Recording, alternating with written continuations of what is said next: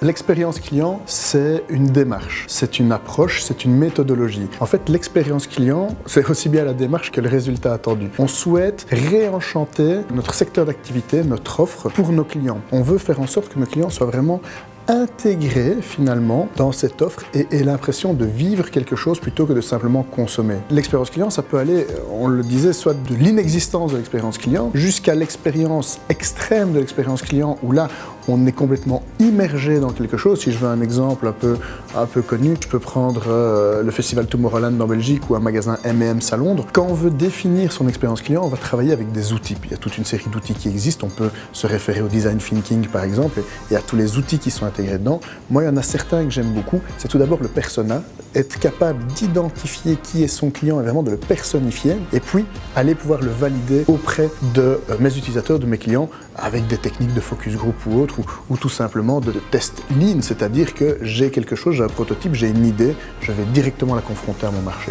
Et ces outils-là permettent vraiment de franchir toutes les étapes dont nous avons parlé tout à l'heure. Plutôt que de piliers, je vais plutôt parler d'outils ou d'étapes par lesquelles on doit passer quand on veut faire vivre une expérience client. Et ces étapes, elles vont partir d'une réflexion stratégique jusqu'à l'intégration du client dans de la co-création. Donc on va vraiment, l'expérience finalement, elle va être co-construite avec le client. L'important, c'est de s'assurer qu'on connaît bien son client, qu'on l'a bien défini, qu'on connaît ses attentes et que ce que l'on lui offre, c'est exactement ce qu'il recherche, que la plus-value qu'on va lui apporter, c'est exactement ce qu'il était venu chercher chez nous.